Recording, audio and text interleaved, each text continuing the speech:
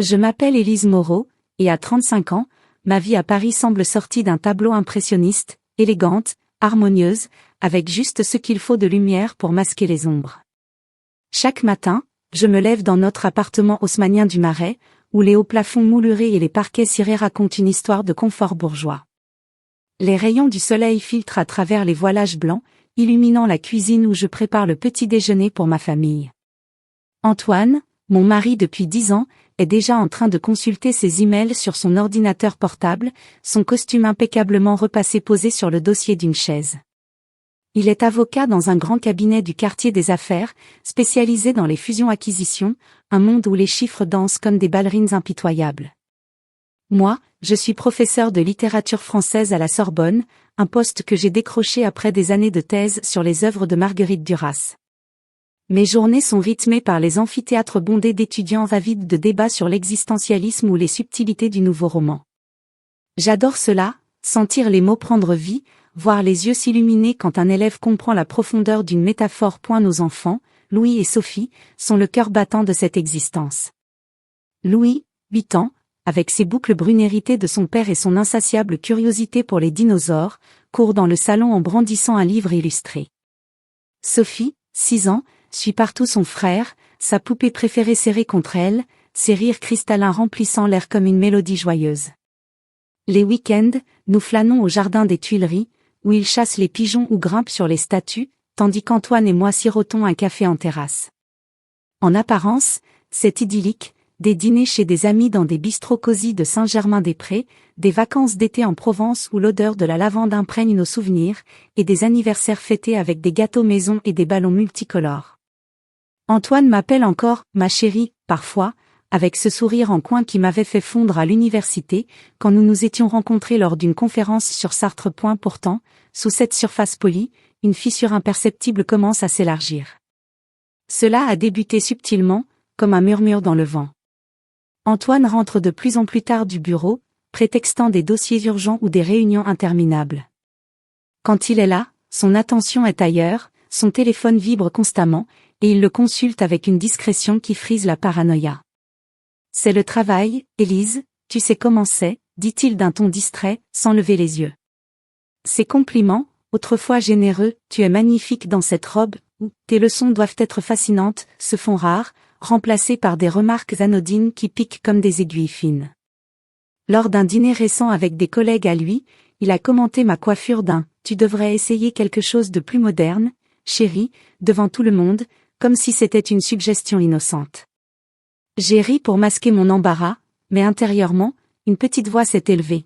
Pourquoi ce besoin de me corriger? Professionnellement, je me sens épanouie, mais même là, l'ombre d'Antoine plane. Il m'encourage à poursuivre ma carrière, bien sûr, mais avec une pointe de condescendance. La littérature, c'est charmant, mais ça ne paie pas les factures comme le droit, lance-t-il parfois en plaisantant, alors que mon salaire contribue autant que le sien à notre train de vie. J'ai commencé à remarquer comment il monopolise les conversations lors de nos sorties, reléguant mes anecdotes sur mes étudiants à des interruptions mineures. « Laisse-moi finir, Élise, c'est important », dit-il, et je m'efface, souriante, pour ne pas créer de vagues. Les enfants sentent-ils cette tension? Louis me demande parfois pourquoi papa est toujours fatigué, et Sophie se blottit plus souvent contre moi le soir, comme si elle cherchait un refuge. Je me convainc que c'est passager, le stress du travail, la routine du mariage. Après tout, l'amour n'est pas un feu d'artifice perpétuel, c'est une flamme steady qui résiste aux bourrasques. Les fêtes de Noël approchent, et avec elles, l'espoir d'un renouveau.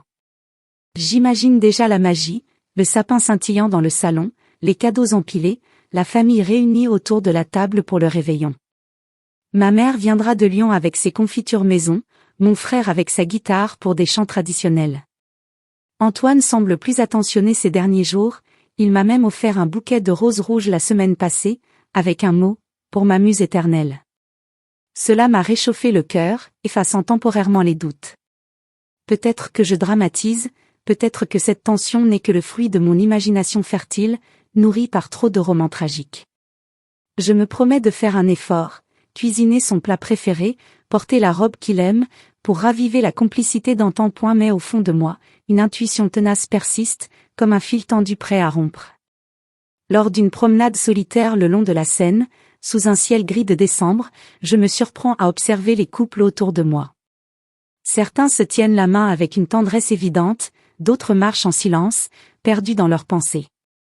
Suis-je devenue l'une de ces femmes qui se contentent de l'apparence? Antoine a changé, ou peut-être est-ce moi qui ai ouvert les yeux.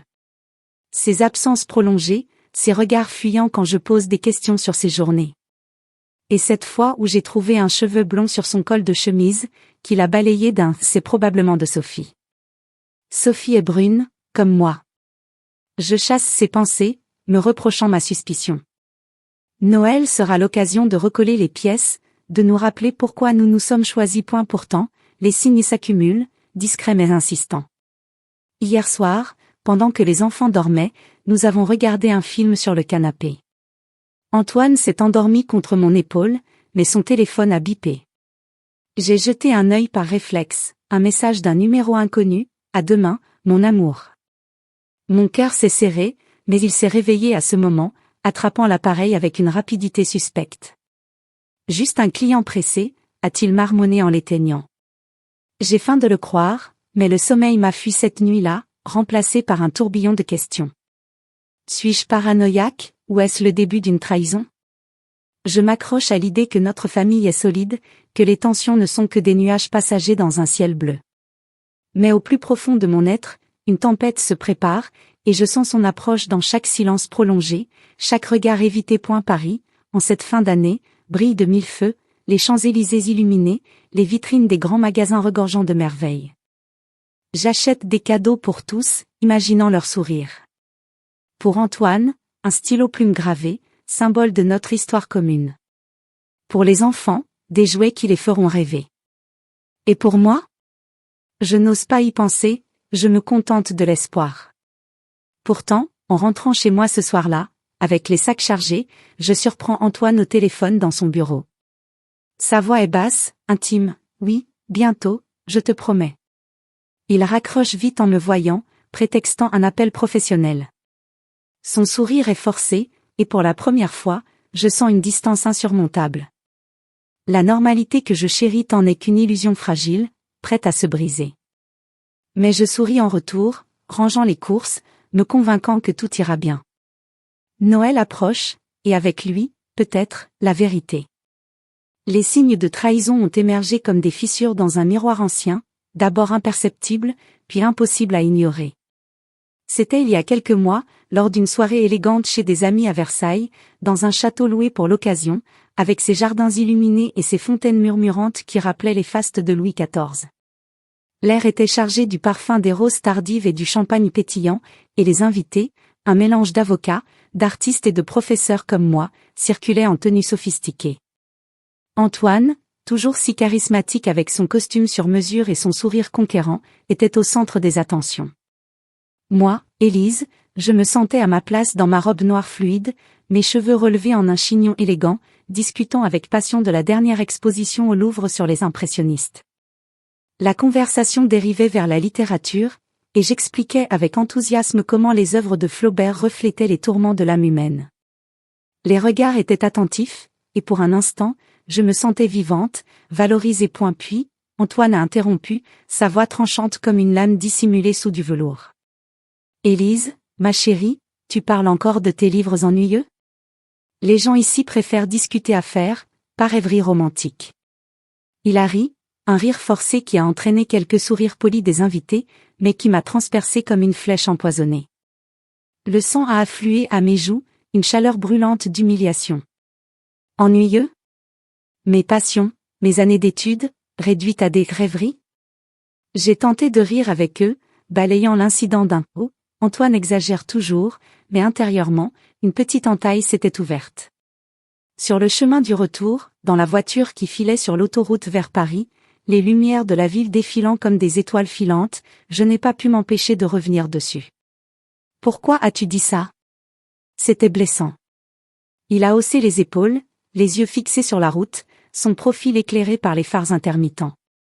C'était pour détendre l'atmosphère, Élise. Ne sois pas si sensible. Tu prends tout au tragique, comme dans tes romans. Sensible. Ce mot, lancé comme une accusation, m'a fait ravaler mes larmes.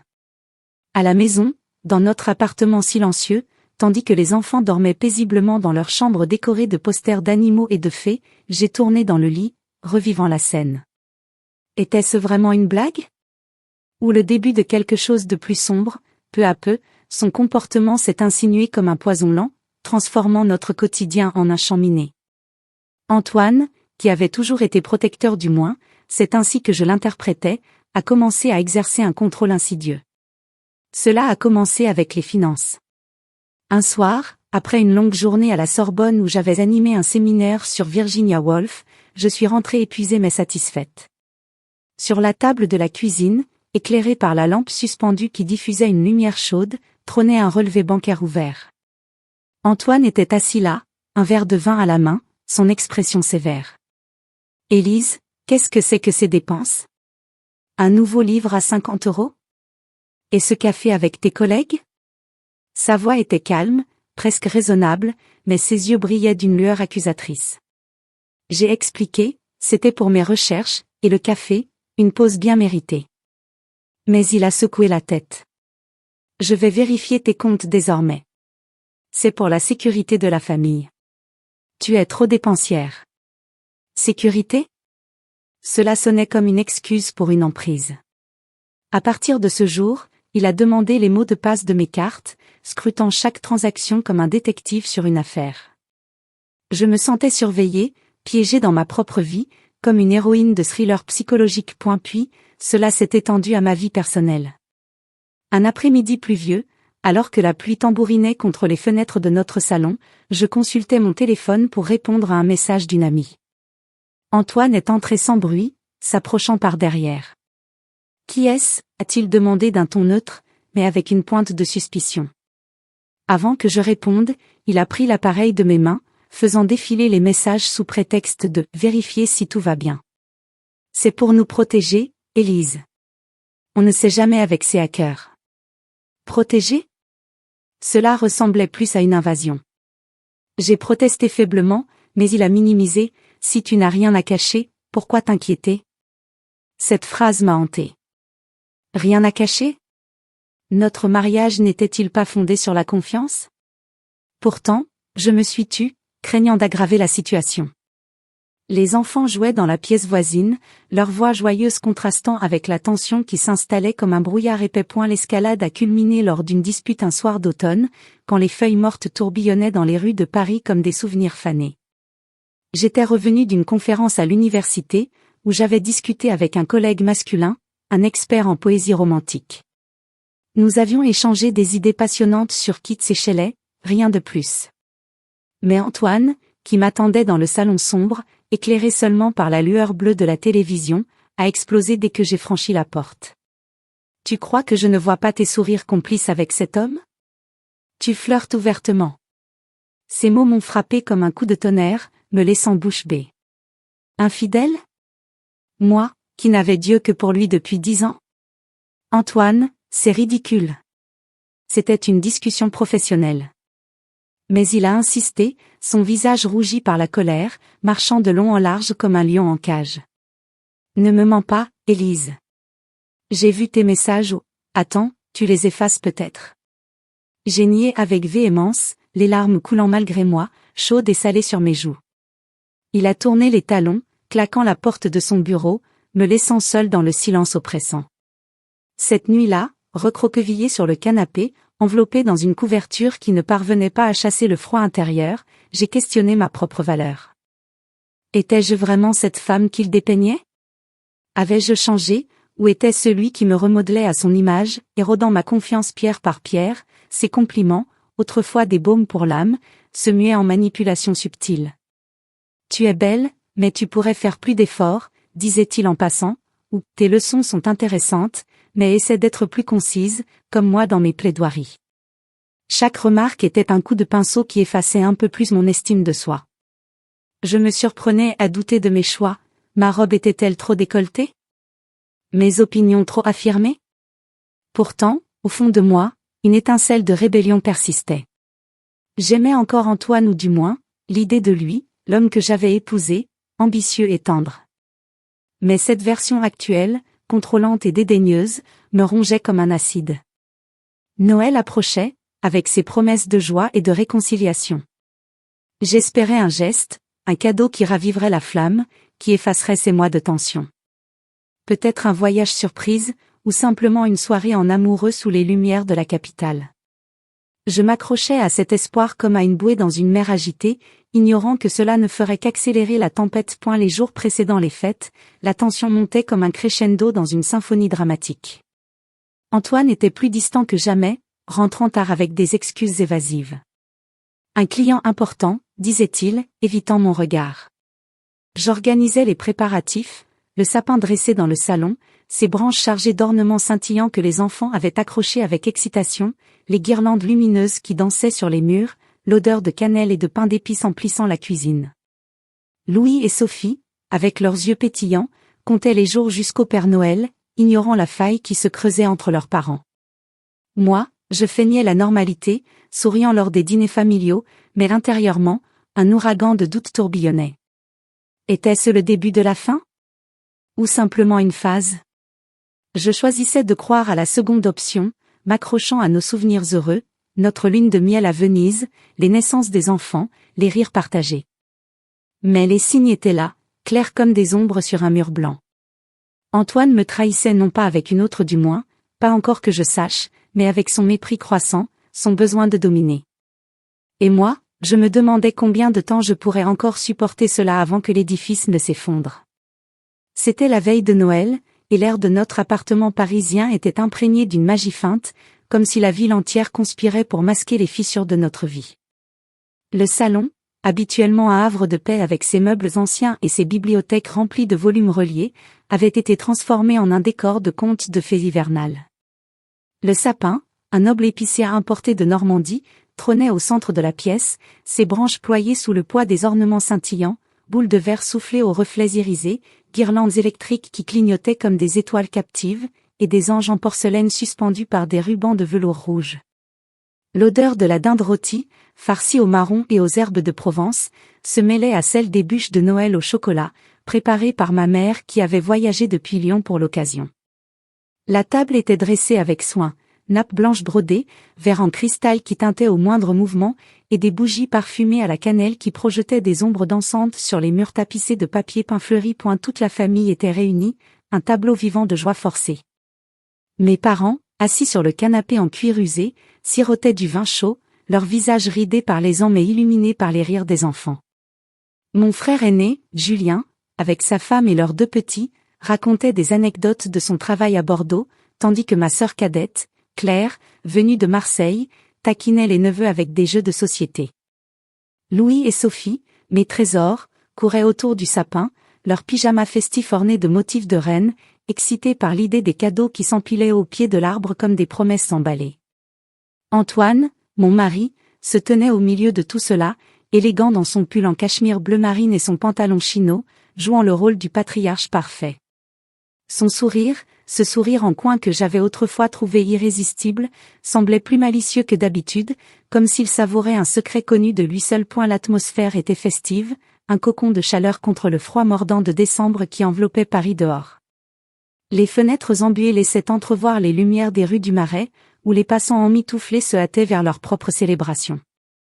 Nous avions chanté des cantiques, Petit Papa Noël, entonnés par les enfants avec leur voix aiguë et maladroite, et échangé des toasts à la santé, au bonheur, à l'année nouvelle. J'avais préparé tout cela avec soin, espérant que cette soirée effacerait les tensions accumulées, ces signes de trahison que j'avais essayé d'ignorer. Mon cœur battait un peu plus fort que d'habitude, un mélange d'anticipation et d'appréhension. Peut-être Antoine avait-il prévu une surprise, un geste pour raviver notre flamme éteinte. J'y croyais encore, naïve que j'étais. Puis vint le moment des cadeaux. Tradition familiale oblige, nous les ouvrions un par un, sous les applaudissements et les exclamations. Les enfants avaient déjà déballé les leurs, un train électrique pour Louis, qui vrombissait déjà sur le tapis persan, et une maison de poupées pour Sophie, qu'elle explorait avec des cris de joie. C'était mon tour. Antoine s'approcha, une boîte élégante à la main, enveloppée dans un papier cadeau argenté orné d'un ruban rouge vif, noué avec précision. Ses yeux pétillaient d'une lueur que je pris pour de l'affection. « Ouvre vite, chérie », dit-il d'une voix mielleuse, veloutée comme du miel empoisonné, devant tous les regards curieux braqués sur nous. La famille se tut, un silence expectant s'installant, ponctué seulement par le crépitement du feu dans la cheminée et le tic-tac distant de l'horloge ancienne. Mon cœur s'emballa d'excitation. Peut-être un bijou, un collier en or avec un pendentif en forme de cœur, symbole de réconciliation après ces mois de distance. Ou un billet pour une escapade romantique à Venise, comme lors de notre lune de miel. Mes doigts tremblaient légèrement en dénouant le ruban, le papier se froissant sous mes ongles manucurés. Les enfants s'étaient approchés, leurs yeux écarquillés, et ma mère souriait tendrement, se rappelant sans doute ses propres Noëls. J'ouvris la boîte avec précaution, révélant un intérieur tapissé de soie noire. À l'intérieur, pas de bijoux scintillants, mais une liasse de papier officiel, impeccablement plié, et un stylo plume Mont Blanc, celui que je lui avais offert pour son anniversaire 2 ans plus tôt. Mon souffle se coupa.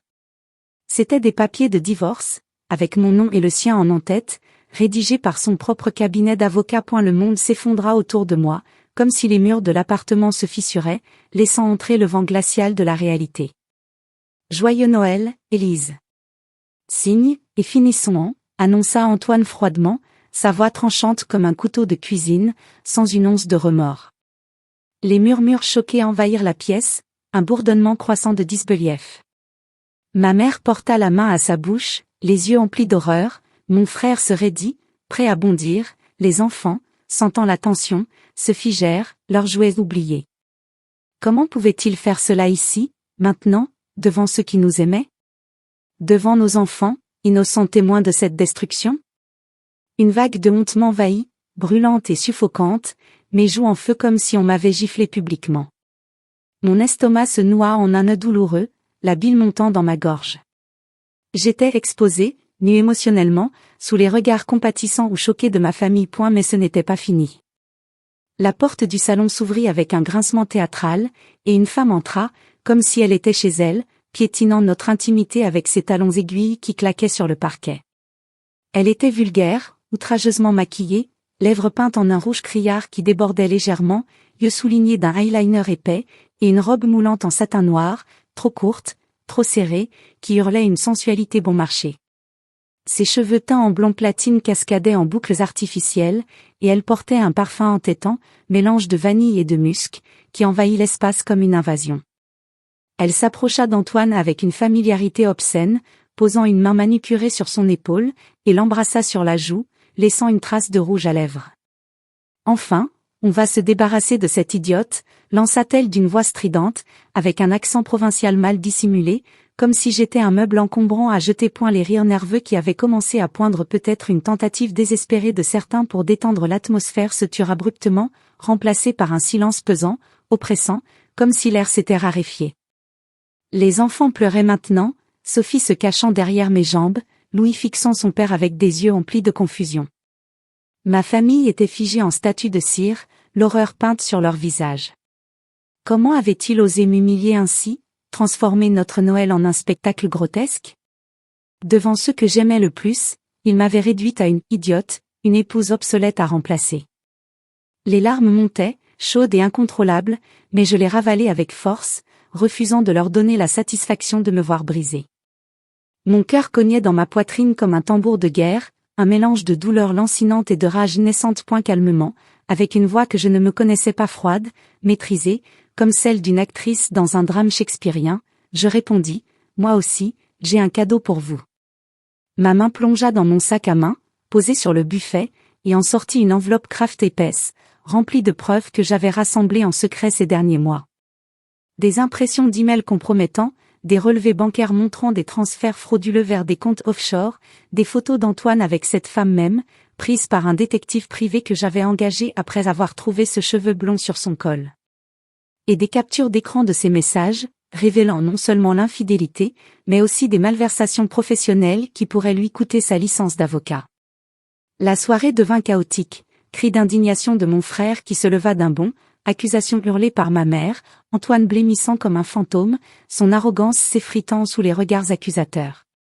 Sa maîtresse recula, son assurance vulgaire se muant en panique, bredouillant des excuses incohérentes. Cette humiliation publique était le point culminant de sa trahison, une lame plantée en plein cœur devant un public captif.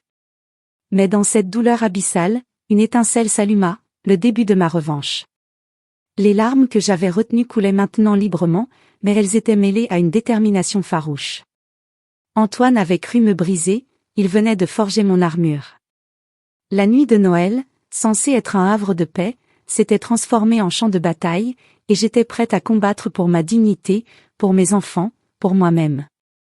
Les lumières du sapin scintillaient encore, ironiques témoins de ce chaos, tandis que la famille se divisait en camps, les alliances se formant dans le tumulte. Antoine tenta de se justifier, balbutiant des mensonges éculés. C'est un malentendu, Élise, écoute-moi, mais ces mots sonnaient creux, comme des échos dans une pièce vide. Sa maîtresse, sentant le vent tourner, s'éclipsa discrètement, laissant derrière elle un sillage de parfums bon marché et de regrets naissants. Les enfants, terrifiés, se blottirent contre moi, et je les serrai fort, leur murmurant des mots apaisants malgré le tourbillon intérieur qui me dévorait. Ma sœur Claire prit les choses en main, emmenant les petits dans une autre pièce pour les protéger du spectacle.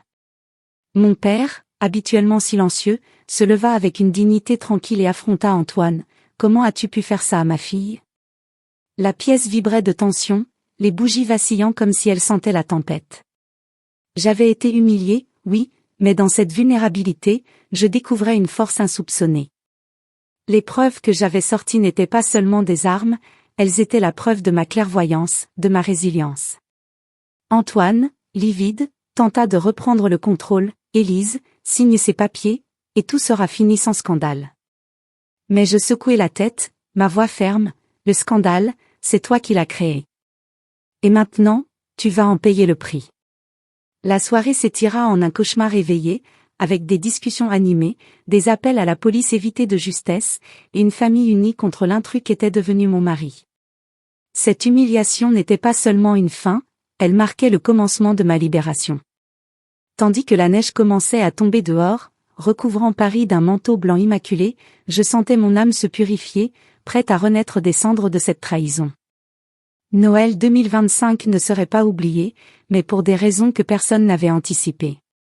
Après cette nuit cauchemardesque qui avait transformé notre réveillon en un théâtre de l'absurde, je m'étais éclipsée comme une ombre, emportant Louis et Sophie dans mes bras tremblants.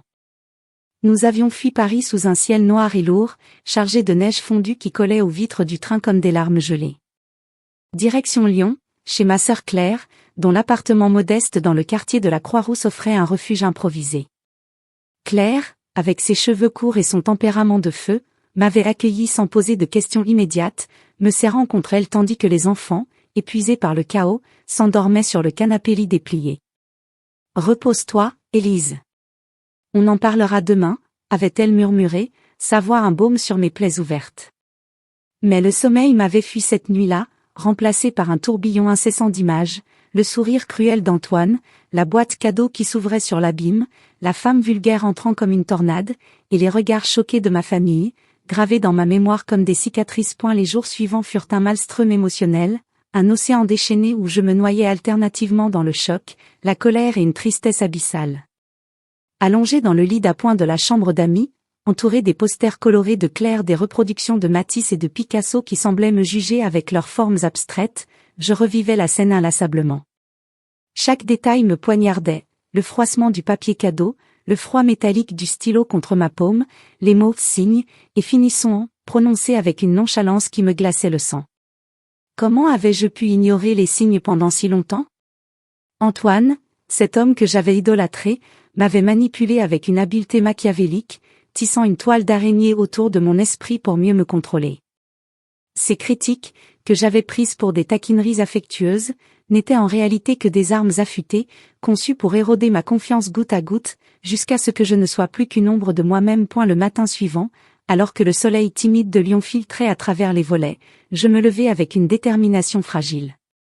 Claire préparait le petit déjeuner dans sa cuisine exiguë, l'odeur du café frais et des croissants chauds emplissant l'air, un contraste poignant avec le vide en moi. Les enfants, encore ensommeillés, demandaient innocemment « Maman, quand est-ce qu'on rentre voir papa ?» Leurs questions me brisaient le cœur, comme des éclats de verre sous mes pieds nus. Je les serrais contre moi, inhalant leur odeur enfantine de shampoing à la fraise, et murmurais des réponses évasives, « Bientôt, mes amours. » Pour l'instant, on reste avec Tata Claire. Mais intérieurement, une tempête rageait. Comment expliquer à ces petits êtres que leur père, leur héros, s'était révélé un monstre de duplicité? Sophie, avec ses boucles brunes et ses yeux curieux, me fixait comme si elle lisait dans mon âme, tandis que Louis, plus réservé, jouait distraitement avec ses dinosaures en plastique, un rempart contre l'incompréhensible point. C'est dans ces moments de solitude forcée que la conscientisation commença à poindre, comme un lever de soleil après une nuit interminable. Je passais des heures assise sur le balcon de Claire, enveloppée dans une couverture épaisse, contemplant les toits rouges de Lyon qui s'étendaient comme un tapis irrégulier jusqu'au Rhône scintillant au loin. L'air frais de décembre mordait ma peau, mais il éveillait aussi mes sens engourdis. Comment avais-je pu être si aveugle? Les souvenirs affluaient, un flot impitoyable. Je me rappelais les soirées où Antoine m'isolait subtilement de mes amis, prétextant qu'ils ne sont pas bons pour toi, Élise, ils te rendent paranoïaque avec leurs histoires. À l'époque, j'avais cru à ces mots, annulant des dîners, évitant des appels, me convainquant que c'était pour le bien de notre couple. Mais maintenant, je voyais clair, c'était une stratégie pour me couper de tout soutien extérieur, me rendant dépendante de lui seul, vulnérable à ses manipulations. Poussée par une curiosité morbide, je commençais à fouiller dans mes propres souvenirs, comme une archéologue exhumant des ruines enfouies. Un après-midi pluvieux, tandis que la pluie martelait les fenêtres comme un rythme funèbre, je m'installai à la table de la salle à manger avec un cahier neuf acheté dans une papeterie du quartier. J'y notais tout, les petites trahisons quotidiennes qui m'avaient usé comme du papier de verre sur du bois tendre. Les fois où il minimisait mes succès professionnels, professeur à la Sorbonne? C'est mignon, mais ce n'est pas comme plaider devant la cour, me faisant douter de ma valeur. Les contrôles financiers déguisés en gestion familiale, où il scrutait mes dépenses comme un inquisiteur, me faisant me sentir coupable pour un simple livre ou un café avec une collègue. Et les accusations d'infidélité, lancées sans preuve, qui me laissaient pantelante, questionnant ma propre intégrité. La trahison avec cette femme vulgaire n'était que la cerise sur un gâteau empoisonné, c'était l'aboutissement d'années de manipulation émotionnelle, un édifice construit brique par brique sur mon insécurité. Pour approfondir cette révélation naissante, je me tournai vers les livres, ces fidèles compagnons qui m'avaient toujours guidé. Claire, sentant mon besoin, m'emmena à la librairie du Vieux Lyon, un labyrinthe de rayons poussiéreux où l'odeur du papier ancien apaisait mon âme tourmentée. J'y dénichai des ouvrages sur les relations toxiques, Pourquoi les femmes aiment-elles trop, de Robin Norwood, Les manipulateurs sont parmi nous, d'Isabelle Nazaraga. Assise dans un café adjacent, sous une verrière qui laissait filtrer une lumière tamisée, je dévorais les pages, soulignant frénétiquement des passages qui résonnaient comme des échos de ma vie. Le manipulateur érode l'estime de soi de sa victime pour la rendre dépendante, lisais-je, et un frisson me parcourait. Oui, c'était exactement cela. Antoine m'avait fait croire que sans lui, je n'étais rien, une professeure rêveuse, une mère trop sensible, une femme pas assez ambitieuse. Ces compliments étaient dosés comme des drogues, juste assez pour me garder accro, mais toujours suivis d'une critique qui me ramenait à terre. Encouragée par Claire, qui veillait sur moi comme une lionne sur ses petits, je pris rendez-vous avec une thérapeute recommandée, une femme d'une 50aine d'années aux yeux perçants et à la voix douce, dans un cabinet discret près de la place Bellecour. La première séance fut un raz-de-marée. Assise dans un fauteuil moelleux, entourée de plantes vertes et de tableaux abstraits, je déversai tout, l'humiliation de Noël, les années de doute, les signes ignorés.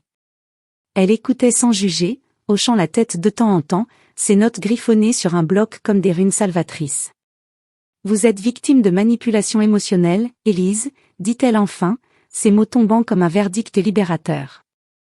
C'est un pattern classique, le gaslighting, où l'on vous fait douter de votre réalité pour mieux vous contrôler. Gaslighting. Ce terme, nouveau pour moi, illuminait soudain des zones d'ombre. Les fois où Antoine niait ses propres paroles, je n'ai jamais dit ça, tu imagines des choses, me faisant questionner ma santé mentale. Les isolements progressifs, les accusations infondées. Tout s'emboîtait comme un puzzle macabre. Ces révélations étaient douloureuses, comme arracher des bandages sur des plaies fraîches, mais elles étaient aussi libératrices, comme émerger d'un brouillard épais qui avait enveloppé ma vie pendant trop longtemps. Pour la première fois, je voyais clair, j'étais forte, intelligente, disserving d'un amour vrai, pas de cette parodie toxique. Les enfants, sentant mon évolution, posaient des questions qui me renforçaient. Pourquoi papa était méchant avec toi, maman, demandait Sophie un soir, blottie contre moi sur le lit, son petit corps chaud comme un ancrage. Parce que parfois, les gens font des erreurs, ma puce. Mais on va s'en sortir, tous les trois. Cela me brisait le cœur, mais allumait une étincelle de rage protectrice. Je n'étais plus l'ombre de moi-même, cette Élise effacée qui excusait tout au nom de l'amour. Non, une flamme s'embrasait en moi, me poussant à envisager une vie sans lui, une vie où je pourrais respirer librement, enseigner avec passion, élever mes enfants dans la vérité. Les promenades dans les traboules de Lyon devinrent mes moments de réflexion, ces passages secrets reliant les cours intérieures, symboles de chemin caché vers la liberté. Marchant sur les pavés usés, entouré des murs ocre chargés d'histoire, je me projetais dans l'avenir, un appartement à moi à Paris, des amis retrouvés, une carrière épanouie. La trahison d'Antoine m'avait brisé, mais elle me reconstruisait aussi, plus solide. Claire, ma confidente, m'encourageait. Tu es une guerrière, Élise. Il t'a sous-estimée. Et elle avait raison. Cette conscientisation n'était pas une fin, mais un commencement, un phénix renaissant de ses cendres.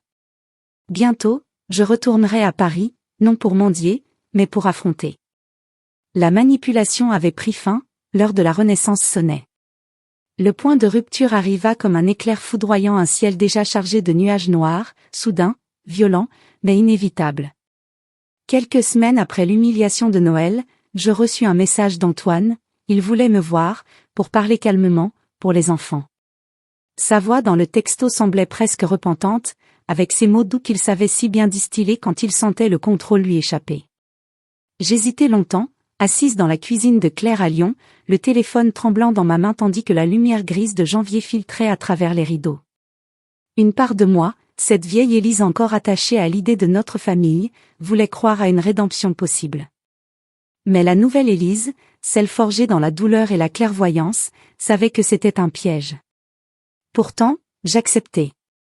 Pas pour lui, mais pour moi, il me fallait clore ce chapitre une fois pour toutes, face à face, dans l'arène où tout avait commencé. J'y ai pris le TGV de bon matin, les enfants confiés à Claire avec des câlins interminables et des promesses de retour rapide. Le voyage fut un tourbillon intérieur, les paysages de Bourgogne défilaient comme des souvenirs flous, champs enneigés et vignes endormies, tandis que je répétais mentalement ce que je voulais dire. J'avais emporté l'épreuve dans une pochette cartonnée, et surtout, j'avais contacté une avocate spécialisée en divorce conflictuel, une femme au regard d'acier que Claire m'avait recommandée. Ne signe rien sans moi, m'avait-elle averti. Mais je savais déjà que je n'allais pas signer pour réconciliation. En arrivant à Paris, la ville me sembla étrangère, comme si j'appartenais désormais à un autre monde. Les rues du Marais, autrefois si familières, résonnaient maintenant d'un écho hostile. L'appartement haussmannien, quand j'y pénétrais avec ma propre clé que je n'avais pas rendue, sentait le vide et le parfum bon marché de cette femme. Antoine m'attendait dans le salon, assis dans son fauteuil préféré, un verre de whisky à la main malgré l'heure matinale. Il se leva, tenta un sourire contrit. « Élise, ma chérie, tu as l'air fatiguée.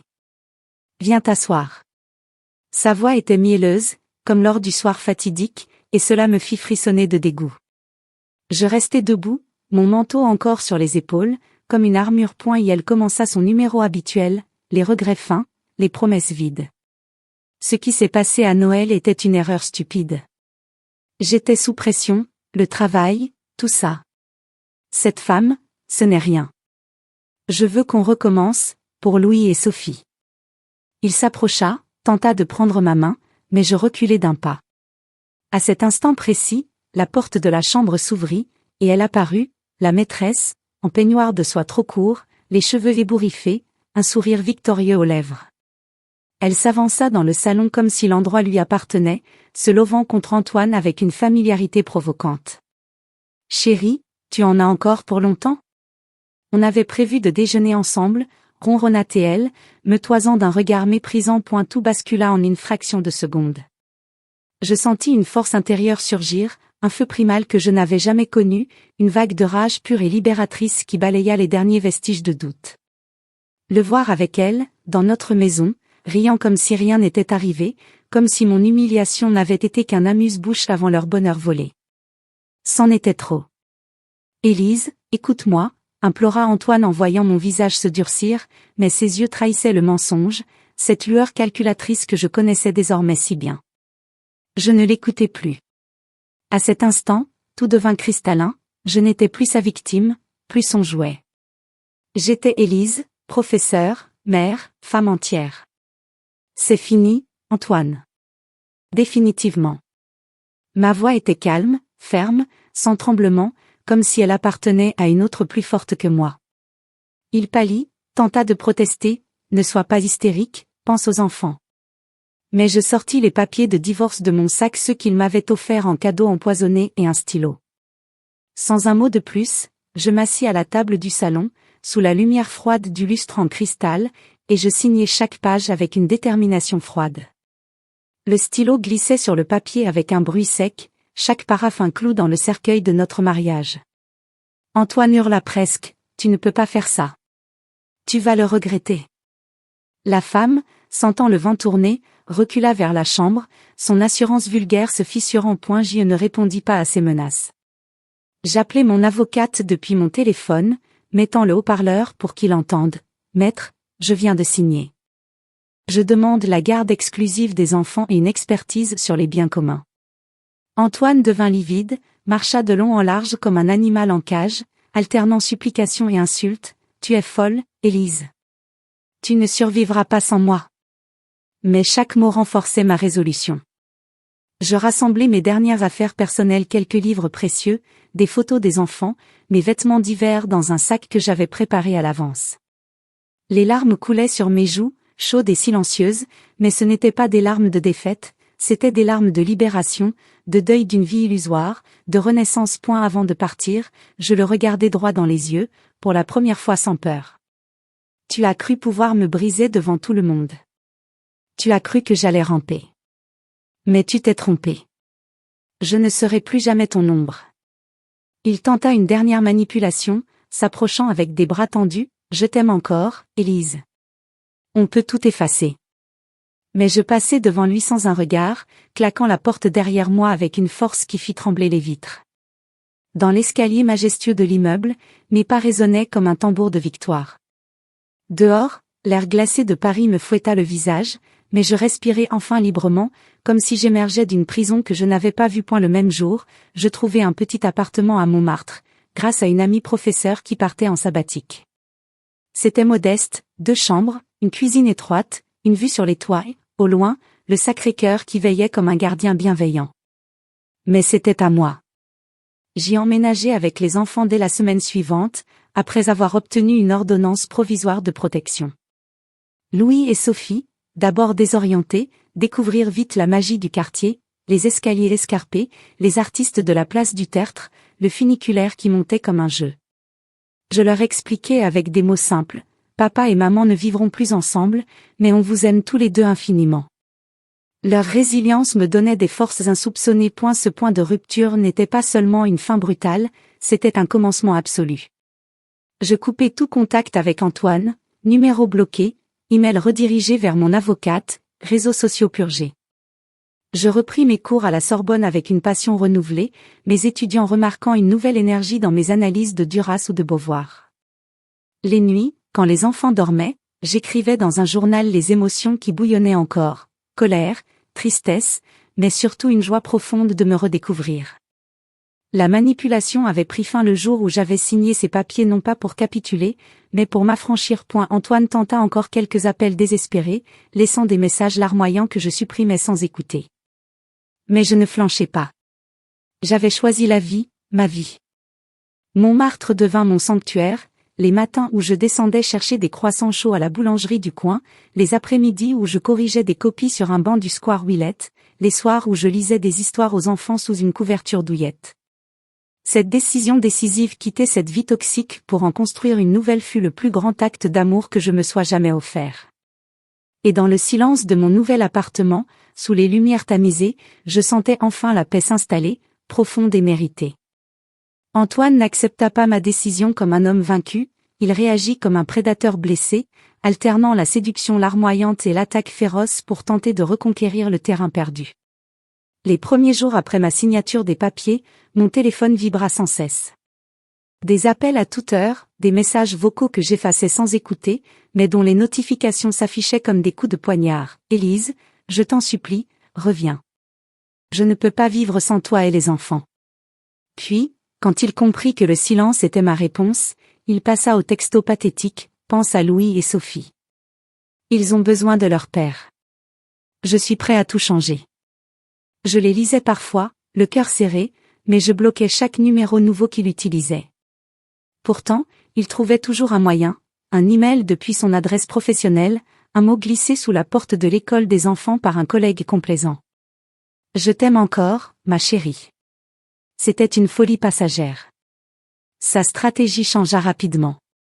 Voyant que la carte de la tendresse ne fonctionnait pas, il opta pour la culpabilisation. Il répandit des rumeurs auprès de nos anciens amis communs, ces couples avec qui nous dînions autrefois dans les restaurants du Marais ou partions en week-end en Normandie. Des messages subtils, des appels, Élise est devenue instable depuis Noël. Elle imagine des choses. Elle m'a quitté sur un coup de tête et prive les enfants de leur père. Une ancienne amie, Sophie ironie du nom, m'appela un soir, hésitante, « Antoine dit que tu traverses une dépression, que tu refuses toute discussion. » Est-ce vrai? Je sentis la colère monter, chaude et amère, mais je répondis calmement, « Demande-lui plutôt pourquoi il m'a offert des papiers de divorce devant toute la famille. » Peu à peu, les masques tombaient. Beaucoup prirent mon parti, choqués par ce qu'ils apprenaient. D'autres se turent, mal à l'aise. Antoine perdait son public, et cela le rendait plus dangereux. Le véritable assaut vint lors des procédures judiciaires. L'audience pour la garde provisoire des enfants fut un théâtre cruel.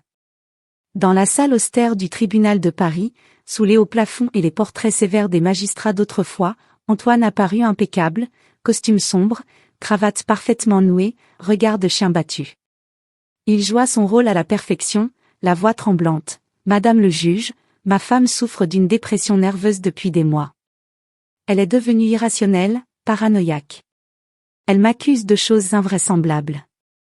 Je crains pour la stabilité des enfants. » Ses yeux brillaient de larmes calculées. Il tenta même de me discréditer en évoquant mes séances chez la thérapeute, information qu'il avait obtenue je ne sais comment comme preuve de ma fragilité psychologique. Puis, il fit entrer sa maîtresse comme témoin. Elle, toujours aussi vulgaire mais cette fois habillée avec une fausse élégance, tailleur trop serré, maquillage outrancier, déclara d'une voix mielleuse, Élise était souvent hystérique. Antoine faisait tout pour la calmer, mais elle refusait l'aide. À cet instant, dans cette salle froide où l'air sentait le bois ciré et la tension, je sentis une rage pure m'envahir. Mais au lieu de exploser, je me fortifiai. Chaque manipulation d'Antoine, chaque mensonge proféré devant la juge, renforçait ma détermination comme de l'acier trempé dans le feu. Mon avocate, maître Valérie Dumont, une femme aux lunettes cerclées d'or et à la voix tranchante, prit la parole. Calmement, méthodiquement, elle présenta les preuves que j'avais rassemblées, les emails compromettants entre Antoine et sa maîtresse, les relevés bancaires montrant des dépenses suspectes, hôtels de luxe, cadeaux coûteux, les captures d'écran de messages où il avouait son intention de me remplacer. Puis vint le clou, les preuves de fraude professionnelle, des transferts douteux vers des comptes offshore au nom de sa maîtresse, qui pourraient entraîner une enquête déontologique au barreau. Antoine blêmit, son masque d'homme blessé se fissurant pour révéler le calculateur qu'il avait toujours été et point à la juge, une femme d'une cinquantaine d'années au regard perçant, écouta sans ciller. Quand Antoine tenta une dernière manœuvre, tout cela est sorti de son contexte. « Madame. Élise est jalouse et vindicative », elle leva la main pour le faire taire. Le verdict tomba comme un couperet, garde exclusive provisoire pour moi, droit de visite encadré pour lui, et saisie conservatoire sur une partie de ses biens en attendant l'expertise financière. En sortant du tribunal, sous un ciel de mars gris et bas, Antoine m'attrapa le bras dans le couloir désert. « Tu vas le payer cher, Élise. Tu crois que c'est fini ?» Ses yeux étaient froids, calculateurs, plus trace du repentir fin. Je me dégageai avec fermeté. « Non, Antoine. C'est toi qui vas payer. Pour chaque humiliation, chaque mensonge. » Sa réaction devint plus désespérée. Il envoya des cadeaux aux enfants, des jouets hors de prix livrés à l'école, accompagnés de cartes larmoyantes. Papa vous aime et reviendra bientôt. Louis, confus, me montra un jour un drone sophistiqué. C'est papa qui l'a envoyé. Il dit qu'il est triste sans nous. Mon cœur se serra, mais je serrai mon fils contre moi et expliquai doucement. Papa fait des erreurs, mon trésor. Mais nous, on est heureux ici. Sophie, plus intuitive, jeta le cadeau dans un coin. Je veux pas des jouets de papa méchant. Ces moments me renforçaient, me rappelant pourquoi je me battais point, et elle tenta même une rencontre fortuite, un soir où je sortais de la Sorbonne. Il m'attendait sous la pluie fine, adossé à un lampadaire, trempé mais toujours élégant. Élise, juste 5 minutes. Sa voix était basse, presque intime. Je m'arrêtai, à distance respectable. Il recommença son refrain, j'ai changé. Elle est partie, tu sais. J'ai compris ma folie. Pour la première fois, je ris un rire froid, libérateur. Tu ne changeras jamais, Antoine. Tu joues un rôle, comme toujours. Mais moi, j'ai fini de croire à tes pièces de théâtre. Il s'approcha, tenta de toucher mon visage, mais je reculai. Tu ne me briseras plus. Jamais. Je tournai les talons, mes pas résonnant sur les pavés mouillés de la rue des Écoles, le laissant seul sous la pluie. À mesure que ces tentatives échouaient, je me sentais grandir. Entouré de ma famille Claire venue passer des week-ends à Montmartre, ma mère qui appelait tous les soirs, et de nouveaux amis des collègues de l'université qui m'invitaient à des colloques, des voisines solidaires, je construisis une armure impénétrable. J'inscrivis les enfants à des activités, cours de dessin pour Sophie, football pour Louis dans le square voisin. Nos soirées devinrent rituels sacrés, dîner tous les trois autour de la petite table en bois, histoire avant le coucher, rire qui chassait les ombres. Antoine s'agitait encore au loin, nouvelle rumeur, tentative d'intimidation par avocat interposé, mais chaque assaut me rendait plus forte. Sa trahison, qui avait failli me détruire, était devenue le terreau de ma renaissance. Un soir de printemps, alors que les cerisiers de Montmartre explosaient en fleurs roses, je reçus un dernier message de lui. Tu as gagné. Je renonce à contester la garde. Pas d'excuse, juste une capitulation froide. Je l'effaçai sans répondre. Assise sur mon petit balcon, contemplant Paris scintillant au loin, je compris enfin, la vraie liberté ne vient pas de la victoire sur l'autre, mais de la force retrouvée en soi. Antoine avait voulu me contrôler jusqu'au bout, il avait échoué. J'avais transformé sa trahison en armure, sa manipulation en leçon. Désormais, je vivais pour moi et pour mes enfants, libre, entière, invincible.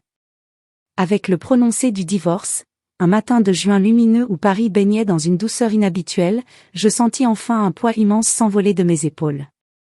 La juge, dans la salle du tribunal de l'île de la Cité, avait lu le jugement d'une voix claire et posée, dissolution du mariage pour faute exclusive du mari, garde définitive des enfants à la mère, pension alimentaire substantielle, et partage des biens qui me laissaient l'appartement de Montmartre que j'avais acheté en secret avec mes économies personnelles et une compensation pour les années de manipulation. Antoine, assis de l'autre côté de la salle, n'avait pas bronché. Son visage, autrefois si arrogant, était marqué par une pâleur grise, ses yeux évitant les miens. Il signa les derniers documents sans un mot, et quand tout fut terminé, il quitta la pièce comme une ombre vaincue. Je respirai enfin librement, l'air de la scène entrant par les fenêtres ouvertes comme une caresse de liberté. Les enfants et moi emménageâmes définitivement dans une petite maisonnette en banlieue parisienne, à Saint-Germain-en-Laye, un choix délibéré pour couper avec les souvenirs du Marais. C'était une maison des années 30, avec un jardin clos où poussaient des rosiers anciens et un cerisier centenaire qui ombrageait la terrasse. Louis et Sophie découvrirent la joie des après-midi à courir pieds nus sur l'herbe, à construire des cabanes avec des branches tombées, à observer les escargots après la pluie. Le matin, je les emmenais à l'école à vélo, le vent tiède de l'été fouettant nos visages, leur rire se mêlant au chant des oiseaux. Le soir, nous dînions dehors quand le temps le permettait, sous une guirlande de lampions que j'avais accrochée moi-même, mangeant des salades fraîches et des glaces maison. Il ne parlait presque plus d'Antoine, ses visites encadrées, rares et tendues, s'espaçaient. Sophie, un jour, me dit simplement, « Maman, ici c'est chez nous pour de vrai. » Ces mots, prononcés avec sa voix enfantine, furent le plus beau cadeau que la vie pouvait m'offrir. Professionnellement, tout s'aligna comme par magie. À la Sorbonne, Mon dossier de promotion fut accepté à l'unanimité. Je devins professeur titulaire, avec un bureau plus grand donnant sur la cour intérieure, et la responsabilité d'un nouveau séminaire sur la littérature féminine du XXe siècle. Mes cours étaient pleins, les étudiants, fascinés par ma passion renouvelée, disaient que je rayonnais. Je parlais de Simone de Beauvoir, de Marguerite Duras, de Annie Ernaux avec une vérité nouvelle, puisant dans ma propre expérience la force d'analyser la condition féminine, l'oppression subtile, la renaissance après la chute.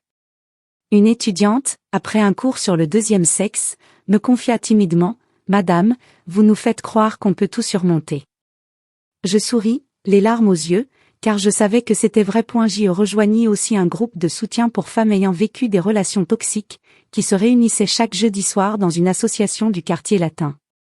Assis en cercle dans une salle chaleureuse aux murs peints en jaune doux, nous partagions nos histoires autour d'une tisane ou d'un verre de vin.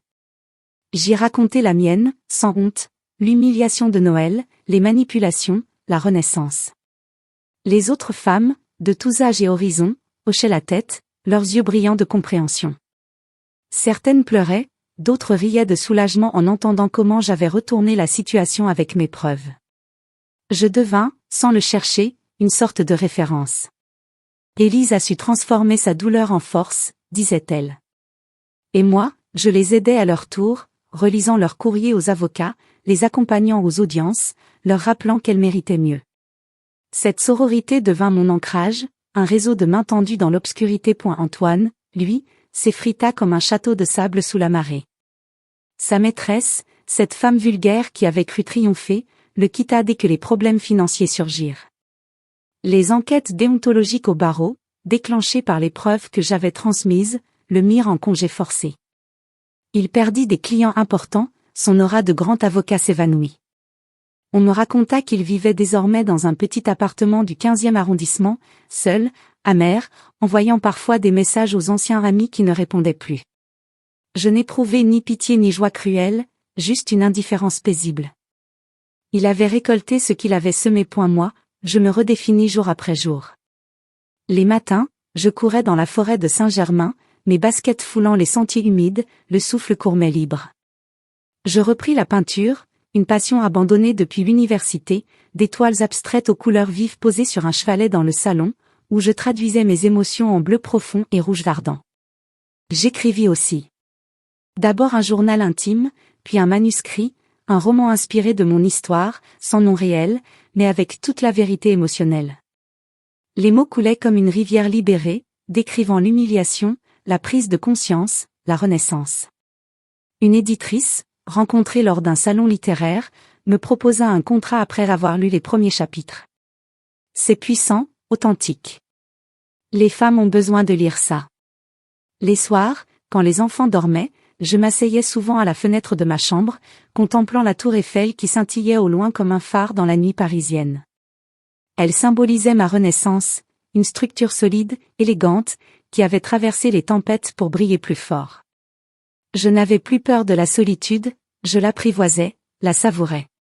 Les invitations affluaient, dîner entre amis, expositions, week-end en Normandie avec Claire et sa nouvelle compagne. Je sortais, riais, dansais parfois jusqu'au bout de la nuit dans des bars du Marais redevenus neutres. Je n'étais plus la femme effacée qui attendait les compliments de son mari, j'étais Élise, entière, rayonnante. Un jour d'automne, alors que les feuilles du cerisier viraient au rouge sang, je reçus une lettre d'Antoine. Une seule page, écrite à la main, chose rare chez lui. Il y reconnaissait ses torts, sans excuses alambiquées, j'ai été un monstre d'égoïsme. Tu méritais mieux. Je souhaite seulement que toi et les enfants soyez heureux. Je la lus 2 fois, sentant une vieille cicatrice se refermer doucement. Je ne répondis pas, il n'attendait pas de réponse. Je rangeai la lettre dans une boîte avec d'autres souvenirs, et je refermai le couvercle. Aujourd'hui, je savoure ma liberté comme un vin rare. Je me réveille sans appréhension, je travaille avec passion, j'élève mes enfants dans l'amour et le respect vrai. J'enseigne à Louis et Sophie que le respect de soi est la plus grande force, que personne n'a le droit de diminuer l'autre. La trahison m'a brisée, oui, mais elle m'a reconstruite plus forte, plus lumineuse. La vie est devenue un nouveau chapitre, rempli d'espoir, de couleurs, d'autosuffisance profonde. Je marche dans Paris la tête haute, le vent dans les cheveux, sachant que je n'ai plus besoin de personne pour briller. Je brille pour moi.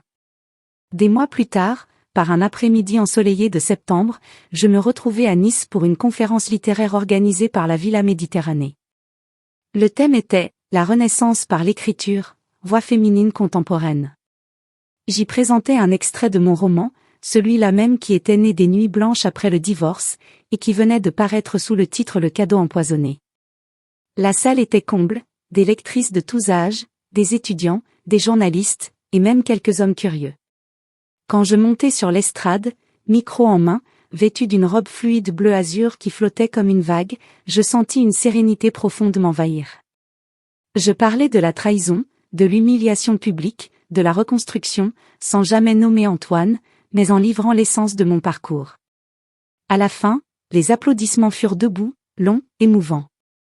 Une femme d'une 60aine d'années vint me voir, les larmes aux yeux. « Grâce à vous, je vais enfin quitter mon mari. » Ce moment-là vaut tous les prix littéraires du monde. Lors du cocktail qui suivit, sur la terrasse surplombant la baie des Anges, le soleil couchant peignait la mer en orangé et rose. Je discutais avec d'autres auteurs, un verre de rosé frais à la main, quand un homme s'approcha. Il s'appelait Marc, professeur de philosophie à Aix-en-Provence, grand, cheveux poivre et sel, regard doux derrière des lunettes rondes. Il avait écouté ma conférence avec attention et voulait simplement me dire combien mon témoignage l'avait touché. Nous parlâmes longtemps, de Sartre, de liberté, de résilience. Il me fit rire avec une anecdote sur ses étudiants, et pour la première fois depuis des années, je sentis une légèreté dans la poitrine, comme si mon cœur, longtemps barricadé, entr'ouvrait une porte. Nous échangeâmes nos numéros, mais je rentrai à Paris sans précipiter quoi que ce soit. Je n'avais plus besoin d'un homme pour me sentir complète, si une histoire devait naître, elle viendrait en son temps, doucement, respectueusement. Des retours à Saint-Germain-en-Laye, la maisonnette était devenue un vrai foyer. Louis, désormais 9 ans, avait gagné son premier tournoi de football local et courait partout avec son trophée en plastique doré. Sophie, 7 ans, avait découvert la danse classique et tournoyait dans le salon en tutu rose, c'est pas maladroit mais plein de grâce. Je les regardais depuis la cuisine, en train de préparer un gâteau au citron, et je réalisais à quel point nous étions heureux dans notre simplicité. Les murs étaient couverts de leurs dessins, de photos de nos escapades, une journée à Disneyland, un week-end à Honfleur, des pique-niques dans la forêt. Antoine n'était plus qu'une silhouette floue au loin, ses visites s'étaient espacées jusqu'à devenir quasi inexistantes. Il avait déménagé en province, disait-on, pour un nouveau poste moins prestigieux. Je ne cherchais plus à savoir. Mon roman connut un succès inattendu. Les critiques parlaient d'une œuvre cathartique et universelle, les lectrices partageaient des extraits sur les réseaux sociaux avec le hashtag le cadeau empoisonné. J'étais invitée sur des plateaux télé, des podcasts, des festivals. À chaque fois, je répétais la même chose, l'humiliation publique que j'ai vécue ce soir de Noël fut le pire moment de ma vie, et le plus grand cadeau déguisé. Elle m'a forcé à affronter la vérité, à me choisir enfin. Les messages affluaient, des milliers de femmes me racontaient leurs propres histoires, me remerciaient de leur avoir donné du courage. Je créai même un petit blog lié au livre, où je partageais des réflexions, des conseils de lecture, des ressources pour celles qui vivaient encore sous emprise. Un soir d'hiver, presque un an jour pour jour après ce Noël fatidique, je me surpris à relire de vieux messages d'Antoine datant d'avant la rupture, ces mots doux qui masquaient déjà la manipulation. Je les supprimais un à un, sans colère, sans regret, juste avec une sérénité profonde. Puis je pris un carnet neuf et écrivis une lettre à moi-même, comme un rituel de clôture. Chère Élise d'il y a 2 ans, tu ne le sais pas encore, mais ce qui va t'arriver va te briser en 1000 morceaux. Tu vas toucher le fond, douter de tout, pleurer dans le noir. Mais écoute-moi, de ces éclats naîtra une femme plus forte, plus lumineuse que tu ne l'as jamais été. Tu vas apprendre à vivre pour toi, à aimer sans chaîne, à élever tes enfants dans la vérité et la tendresse. Tu vas écrire, enseigner, rire à nouveau. Tu vas découvrir que la liberté a un goût de sel marin et de pain frais. Et un jour, tu regarderas en arrière sans amertume, seulement avec gratitude pour la leçon, aussi cruelle fut d'Achel. Et la trahison forge l'acier de l'âme. Avec tout mon amour, Élise d'aujourd'hui. Je pliai la lettre, la rangeai dans une boîte en bois sur l'étagère du salon, à côté des dessins des enfants. Puis j'allumai la cheminée, mis une playlist de jazz doux, et m'assis avec un thé fumant, regardant les flammes danser. Dehors, Paris scintillait au loin, indifférente et magnifique. Je n'avais plus besoin de personne pour me sentir entière. Ma force résidait en moi, solide, inébranlable. Parfois, des amis me demandent, quel est ton secret, Élise? Comment as-tu fait pour te relever si haut? Je réponds toujours la même chose, avec un sourire calme, la trahison forge l'acier de l'âme. Elle brûle, oui. Mais ce qui reste après le feu est indestructible. Aujourd'hui, je vis pleinement. J'écris le matin, j'enseigne l'après-midi, je ris avec mes enfants le soir. Je voyage quand l'envie me prend seul ou avec eux. Je danse sous la pluie, je cuisine pour le plaisir, je lis jusqu'à l'aube. Je suis libre. Entière. Heureuse. Si un jour vous traversez l'enfer d'une trahison, souvenez-vous de moi.